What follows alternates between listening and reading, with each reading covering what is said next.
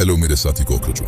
बाबा साहब अम्बेडकर कहा करते थे, education is the milk of a tigress, one who drinks it gets the power to roar. यानी शिक्षा शेरनी का दूध है, जो पिएगा वो दहाड़ेगा। पर आज का हमारा एजुकेशन सिस्टम देश के स्टूडेंट्स को दहाड़ना सिखाने की जगह बिल बिलाने पे मजबूर कर रहा है कि बार बार नीट का पेपर लीक हो जा रहा है। सरकार क्या कर रही है? 24 में वो उसमें भी लीक हो गया, अब 26 में भी आप कह रहे हो दोबारा लीक हो गया पेपर। एक पेपर अच्छे से कंडक्ट नहीं करा, ऐसी सरकार पे अपन भरोसा कैसे कर सकते हैं? सिर्फ पिछले 7 सालों में 70 से ज्यादा पेपर लीक्स ने ऑलमोस्ट 2 करोड़ स्टूडेंट्स की लाइफ और मेंटल हेल्थ पे भारी नेगेटिव इम्पैक्ट छोड़ा है। ये मेरा पड़ा था बेगूसराय, ये पड़ा था मेरा बक्सर में। ठीक है सर, 2 दिन स्टे किए थे, 4000 रुपए लगा था।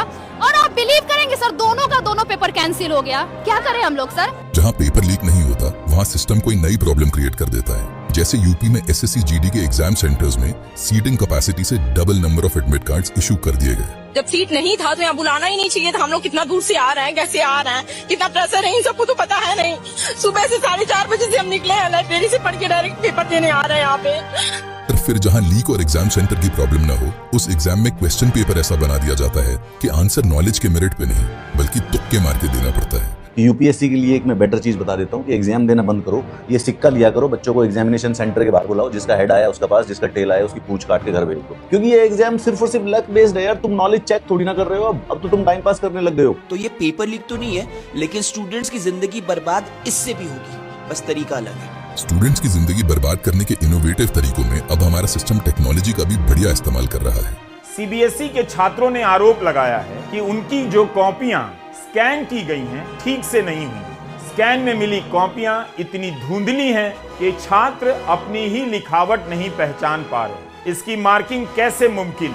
सीबीएसई से मेरे को भी ये कॉपी मिली है, मेरे यहाँ पे मेरी हैंड राइटिंग है और ऊपर मार्क्स 33 मिले हैं मेरे को बस, जबकि मैंने पूरा पेपर करा था। और अभी जब मैं पेपर चेक करने लगा तो देखा कि इसमें तो मेरी हैंड राइटिंग है ही नहीं। और जब इन परेशान स्टूडेंट्स के लिए सीबीएसई ने कोई ग्रीवेंस रिड्रेसल सिस्टम प्रोवाइड नहीं किया था, तो स्टूडेंट्स नेचुरली सोशल मीडिया पे आए और कंप्लेन करने लगे।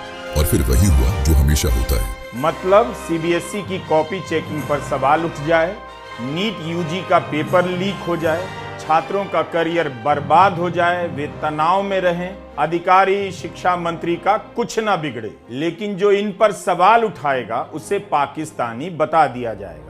तो इसीलिए मैं खुद को Pakistani sponsored opposition funded cockroach declare करते हुए पीएम मोदी को एक चैलेंज देना चाहता हूँ कि सर, अगर आपने एजुकेशन के किसी भी मुद्दे पर एक प्रेस कॉन्फ्रेंस करके स्टूडेंट्स के टूटे हौसलों पर थोड़ा मलहम लगाने का मास्टर स्ट्रोक करते हैं, तो मैं ये प्रॉमिस करता हूँ कि मैं ना सिर्फ अपने सोशल मीडिया हैंडल्स का नाम बल्कि इस वीडियो पे कोलैबोरेट करने वाले हर क्रिएटर के हैंडल का नाम चेंज करवा के नरेंद्र मोदी फैन क्लब रखवा दूंगा। अच्छा, बोले ऐसा होता है।